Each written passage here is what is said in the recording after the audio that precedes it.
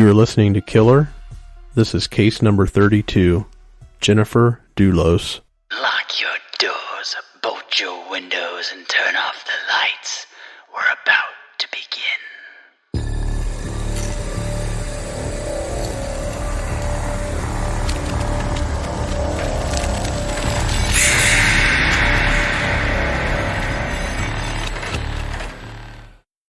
Jennifer Dulos, a 50-year-old mother of 5 from New Canaan, Connecticut, left the morning of May 24th, 2019 to drop her children off at their private school, New Canaan Country School. The family arrived at the school in their black 2017 Chevrolet Suburban. The kids were dropped off and Jennifer departed from school around 8:05 a.m. She was scheduled to arrive for a doctor's appointment later that day in New York City, but she never showed up or called to cancel her appointment. New Canaan, Connecticut is located a little over an hour from New York City, along the East Coast. Jennifer's friends began to worry that they had not heard from her in over 10 hours and reported her missing. Jennifer was a graduate from Brown University, later earning a master's degree in writing from New York University Tisch School of Arts. She was a stay-at-home mother and also wrote a blog. Jennifer's husband, Fotis Dulos, also graduated from Brown University and earned an MBA in finance from Columbia Business School. Fotis worked as a luxury home developer. The couple married in 2004 and had 5 children. Jennifer and her husband Fotis Dulos were in the midst of a contentious divorce. 2 years earlier, in 2017, the pair separated and began the divorce process. The relationship turned toxic. At one point, Jennifer said that she was concerned about Fotis' irrational, unsafe, bullying, and controlling behavior. The couple continued fighting through court complaints with a mix of some minor and some serious. Immediately after filing for divorce, Jennifer sought an emergency custody order of the couple's 5 children. According to the court filing, she was afraid that Fotis Dulos may harm her or their children. Part of the claim also stated that she was afraid Mr. Dulos had threatened to kidnap their children and take them overseas. Fotis was born in Turkey and grew up in Greece, which is what made this claim have a little more substance. The couple had a bitter marriage which started back in August 2004. They married in New York. Both Jennifer and Fotis attended Brown University in Rhode Island. He was 1 year her senior, graduating a year ahead of her. Following college, Jennifer moved back home to New York, where her parents lived. She co-founded a theater group in the early 1990s and also got her master's degree in writing from New York University's Tisch School of Arts. The couple relocated to Connecticut in 2004. Fotis and Jennifer had 5 children together between 2006 and 2010. They had 2 sets of twins and a 5th child. In 2011, she launched her own blog, writing about her family and her general daily life. In her blog, everything seemed normal and happy. One post described celebrating Father's Day, throwing a huge get-together of family and friends for Fotis. In 2012, the Dulos family moved to Farmington, Connecticut. During their time in Farmington, the family lived in a 15,000-square-foot home that Mr. Dulos' company had built. During this time, the couple's relationship began to sour, ultimately leading to their separation in 2017. In the court documents filed that year, Jennifer found out that Fotis had been having an extramarital affair with a woman named Michelle Triconis. It was eventually decided that Jennifer and the kids would relocate to her parents' home in Pound Ridge, New York. They also made plans to enroll their kids in a private school in New Canaan, which was about 75 miles from Farmington. Eventually, Jennifer rented a home in New Canaan. Court documents stated that Fotis would alternate between telling Jennifer their marriage was over and threatening to never let her get a divorce. Fotis also purchased a handgun, which made Jennifer uneasy. Fotis rebutted her statements by saying he never threatened her and intended to settle their divorce amicably. He also stated that he purchased the handgun to keep the family safe, with her knowledge. He also defended himself against a claim that he threatened to kidnap the children. He said that she was the one who kidnapped them, taking them to New Canaan without telling him. Continuing on, the couple traded insults back and forth through the court, saying things like Fotis called Jennifer a psychopath in front of their kids, or saying your father likes Farmington because he's not that smart. Successful people live in New Canaan. Fast forward back to May 2019. Jennifer was reported missing and police began investigating immediately. In the following days after she disappeared, police found her SUV parked on a street near Waveney Park, which is a 300-acre plot in New Canaan. The police used helicopters, drones, and canine units in an effort to find Miss Dulos. While authorities worked to find Jennifer, Fotis continued his legal battle against her, submitting a petition to the court for custody of the 5 children. Jennifer's family released a statement following this petition stating, "Please be assured that Jennifer's 5 children are safe and well cared for." According to police reports relating to the disappearance of Jennifer, her close friend, Lauren Almeida, called police to report Jennifer missing. Lauren worked as a nanny for Jennifer, and when she arrived at her home on May 24th, all she found was her handbag, but no sign of Jennifer. She began to worry and phoned the police immediately. Lauren also found it strange that when she went in to get more paper towels to clean up a mess in the home, there were only 2 rolls of paper towels, despite having placed a new 12-pack in that location the night prior. Police arrived that evening, and they found blood on Miss Dulos' Range Rover, which had been parked in her garage. Her other car, the one that was found near the park, was missing. Detectives determined that the blood belonged to Jennifer. They also found blood that was mixed with Fotis' DNA on a doorknob inside her home, as well as evidence of a cleanup at the scene, where authorities now had a reason to suspect that there was a violent encounter in her garage when she returned home from dropping her children off at school. Police wasted no time in pointing their energy at investigating Fotis. Fotis and Jennifer had been entrenched in a vicious divorce for nearly 2 years. Authorities used a search warrant to track Fotis' cell phone and found that they were pinging on cell towers nearly 75 miles away. Fotis and his girlfriend, Michelle Troconis, were seen on video discarding several trash bags in Hartford, Connecticut, over a miles-long stretch along Albany Avenue. Authorities searched this area on May 31st. On June 1st, Fotis Dulos and Michelle Troconis are charged with hindering prosecution and tampering with evidence. Following this charge, police immediately began searching the properties of Fotis Dulos, including his luxury home building company, 4 Group, Incorporated. On June 3rd, police find what would be called the alibi script. Police combed through trash waiting to be incinerated at the Materials Innovation and Recycling Authority in Hartford for 3 full weeks, while simultaneously searching West Hartford reservoirs and other properties connected to the family. On June 24th, Fotis' attorney alleges that Jennifer wrote a manuscript similar to the plot for Gone Girl. He implied that she could have orchestrated her own disappearance, faking her own murder to escape her troubled marriage. On July 25th, Jennifer's mother retains custody of their 5 children.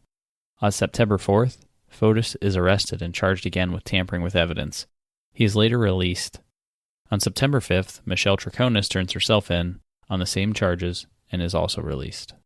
On January 7, 2020, the estranged husband of Jennifer Dulos was arrested along with his girlfriend, Michelle Troconis, and his attorney and friend, Kent Mawani.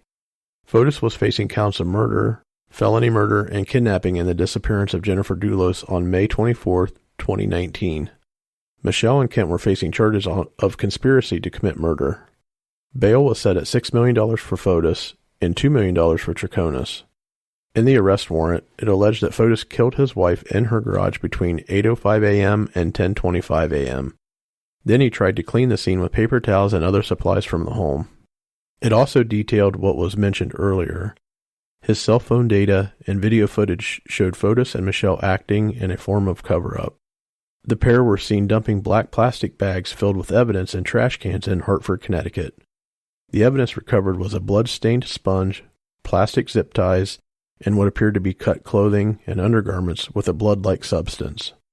Authorities said that Troconis gave conflicting accounts of what she and Fotis were doing when Jennifer disappeared.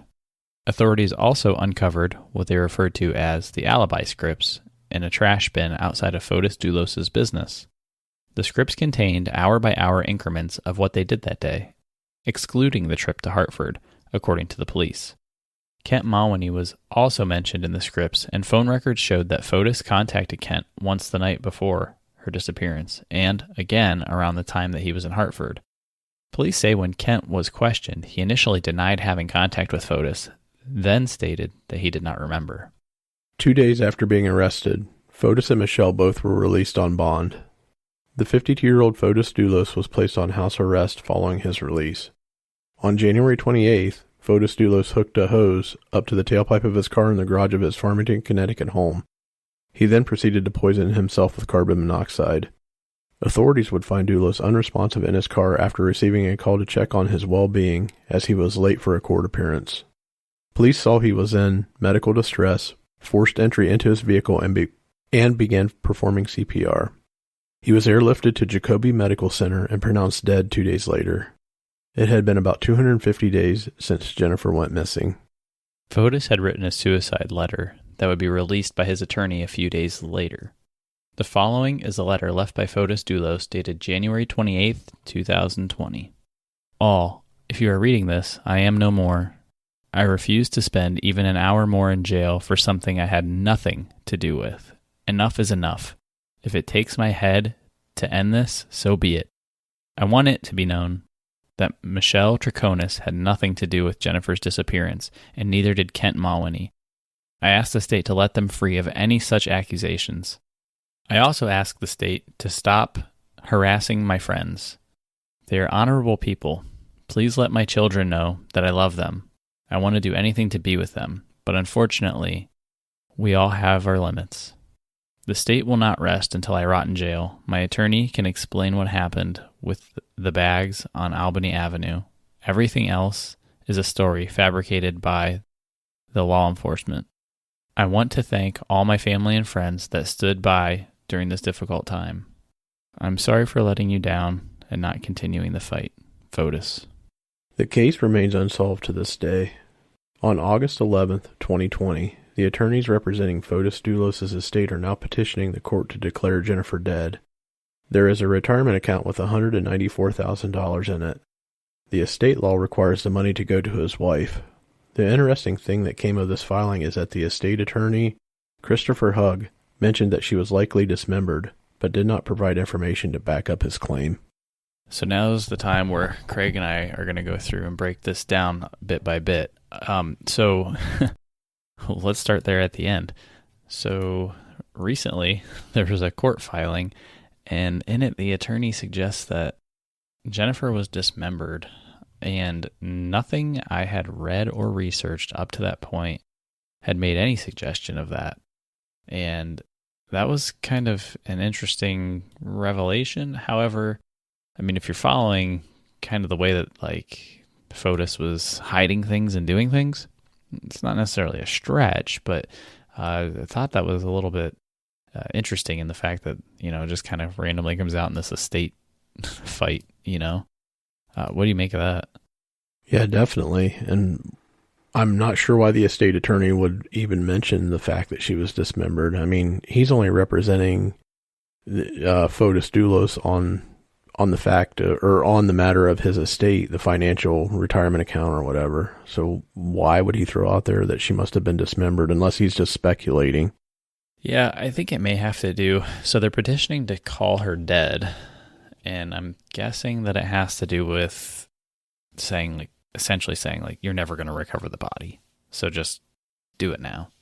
So I don't know if this theory is just something they threw out there, you know, for the court's sake, or if they know a little more than what we know.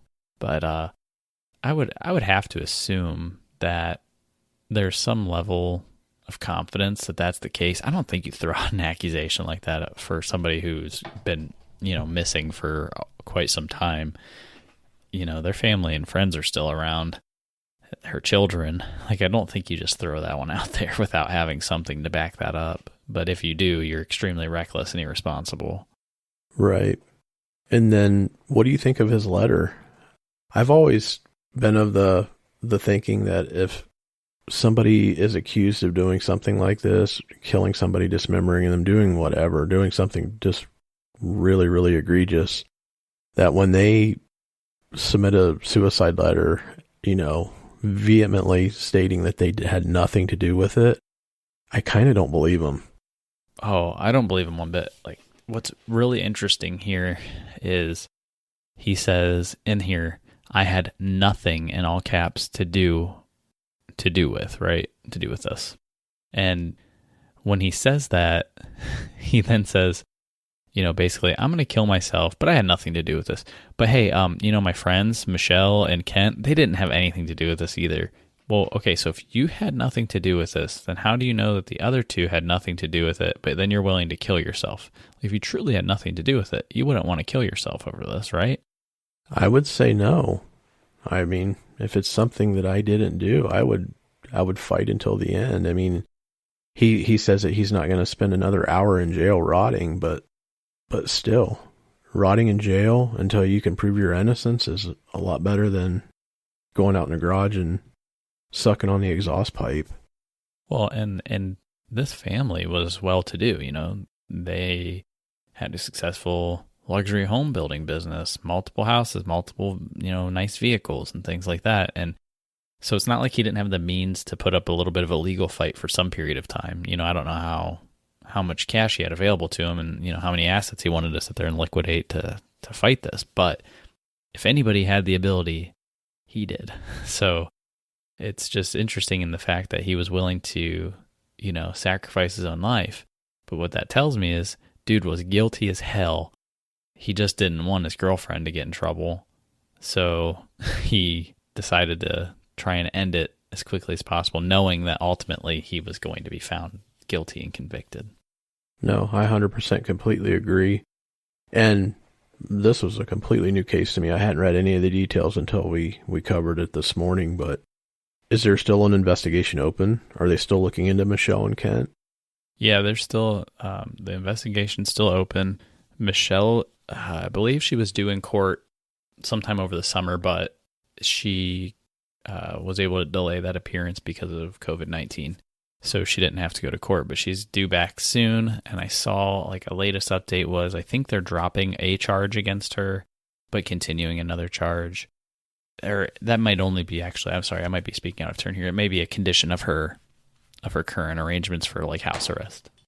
I was just curious. I'll have to do some research on the side to see where things land. It still sounds like Michelle and or Kent could be in some serious trouble once they get through the rest of the investigation and the trial, or the court proceedings anyways. I don't think it's in a trial phase. But yeah, I completely agree with you saying that why wouldn't he have, if he truly believed he was innocent, why wouldn't he have fought a little harder to clear his name and to clear his friends' names? It says that he posted bond, and we know bond for himself was $6 million. So he obviously he either has some serious equity on his side or people behind him that posted that $6 million. Yeah, absolutely. Another point that I wanted to break down and talk about here was, so on June 24th, his attorney was alleging that she wrote a manuscript similar to the plot for Gone Girl, that she faked her own death. I think that's kind of disgusting. I mean, this is a really serious thing right here. So whether or not, I know you're defending this person, but going with that defense, I feel like is really inappropriate.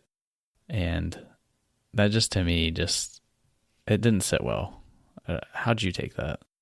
Oh, I agree. It didn't sit well. I mean, to me, it's a cheap cop out to try to divert the attention to Jennifer and get the eyes off of Fotis. I mean, to me, it seems like a lazy attempt, in my opinion. It didn't sit well with me. She's clearly missing. So to say she faked her own murder, she's got 5 kids, and nothing about her life up to that point implied that she was, ready to leave her family. She was having an issue with Fotis, but she didn't seem to be having any issues with her children. Now, obviously, I'm limited on the amount of information that I have about her personal life, but, she was a blogger and she'd write about her life, and that doesn't necessarily mean you're happy. You can fake those things, but at the same time, she really relocated with her family. She was dropping the kids off at a private school. She was still engaged in their lives. It just seems obvious, really strange that they would go with that. I don't know. That one didn't sit well with me, and if I was her family, I'd be pretty upset. Yeah, I agree. And so many other details that we talked about too. I just don't get it when this family's obviously fairly wealthy, successful in the business industry, luxury home business, whatever they're doing. But then for Fotis to go out They always make it sound like he didn't own any firearms. So just one day he decides to go out and buy a gun to protect his family. Protect his family from what? Himself. Yeah, he gets into this long drawn out divorce trial for 2 years, and then he decides to buy a gun in the midst of things to protect his family. It's just, I mean, too many times you hear those pieces fall together in something like this, and it just stands out. Yeah, it absolutely does. It's like a mental thought, process that he's going through, whether or not he's going to use a gun for anything vicious on his family or his ex-wife or whatever. It's just that thought process. It's just odd that it, inserts itself right here. But again, it could just be one of those details like I think you were kind of alluding to. We didn't hear anything about gun ownership prior to that. He could have owned guns before. We don't know. I don't know. I mean, let's just put it that way. He may have owned guns, and he just liked guns. They conveniently slide that one into the narrative, to make it look like he was more aggressive than he was. Because that stuff does definitely happen. People do put their spin on things. So it's possible. So let's talk about the actual crime scene. So when Jennifer arrives home, she's and this is all theoretical, right? Like the police haven't really released their detailed accounts of what they think happened. I mean, they have some stuff out there, but in theory, she arrives home after dropping the kids off at school and then is attacked by Fotis at her home. And they think it all happened in the garage. Now, what we don't know, based on the information I was able to come across, was how much blood evidence did they find in the garage? Because if, as they say later, that they believe that she was dismembered, was she dismembered in her own garage? Was there that much blood? Like what are we talking about here? Because, blood evidence is very generic. You could have broke someone's nose and they bled, a decent amount, but not anything too crazy. Or you could have cut someone's head off and they bled out the whole body. What are we talking about here? How much blood is there? I mean, they make it seem like he just cleaned up with some paper towels and a sponge. But if there were, according to the nanny, if there were 12 rolls of paper towels and she comes in, there's only 2. So it took 10 rolls of paper towels to clean up. That's a lot of freaking paper towels. Right, and I was thinking the same thing. 10 full rolls of paper towels to soak up blood. There's a lot of blood. And how much was left behind that the investigators found. It kind of sounded like a lazy cleanup to me because they immediately found blood and some of his DNA mixed with the blood in the garage. So, and we know from other cases and investigations that you may have a huge mess of blood to clean up, and these guys will do, whatever they think is the best way to clean up a mess like that, but there's always stuff left behind. So yeah, it would be interesting to know how much blood evidence they found. The other thing that was strange is, her SUV is found, like, by that park. So was he trying to distract and say, like, hey, she went to this park and she's missing? Like, she went for a run and someone kidnapped her, was he trying to create an alibi for himself, by creating a narrative with her, saying, like, oh, I wasn't there, nothing happened with me. Her car was over there, like she was doing something else. I found that to be a little strange. The things happened earlier this year in 2020, and Michelle's using COVID as a excuse to not show up for court. That gets a meh from me. Yeah, double meh. Yeah, so like, it seems if you're just looking at just the 15,000 foot view of things that have happened, they're in a divorce battle, they separate, they seem pretty contentious in court. I'm not going to say they both do. And then, she goes missing, they find blood evidence, and then coincidentally right after that, he and Michelle are pinging on towers an hour away, dumping stuff in trash bins. So you're pretty freaking guilty. I mean, the evidence is pointing right at you. The problem is they usually need to have a body. It's pretty hard to get a conviction without the body because, I mean, obviously she's gone. This seems pretty damning, but they can't prove that he murdered her. I mean, they probably have more info that they haven't released that helps them make a better picture than what I can paint here, but at the same time, everything's kind of pointed at him, enough so that he felt enough pressure to kill himself. Yeah, and in the end, ultimately, it's just a sad narrative because, in my opinion, he killed his wife, then was a coward, didn't want to face the music and killed himself, yet tried to clear his friends on his way out. And what's the end result? You have 5 children now that are living with her parents. No, both of their parents are gone. The Dulos estate, they're squabbling over, $194,000 in a retirement account. Doesn't really mention anything else about any other details about his estate. I'm assuming that there's hopefully more that the children are entitled to when things are finally settled, because like I said, he pissed away $6 million on bail. Yeah, no kidding. Yeah, so her family was pretty wealthy as well, I believe. And I think that's how she was able to also get some support, moving to that school and, that private school and renting out that pretty big house and everything like that. And so it's sad, on many levels. They have 5 kids and the 2 of them couldn't, separate their own conflicts for the sake of the kids. And, now she's gone and hopefully they're able to find her. But I think at this point, if they haven't recovered her remains, they probably never will. Or if they do, it's going to be a really long time from now. And it'll just be, they might find partial skeletal remains like scattered somewhere random. It's just, yeah, it's a sad, sad story. I feel bad for the children for sure. Yeah, absolutely. Well, that's all we have for you this week. Thanks for listening and stay safe.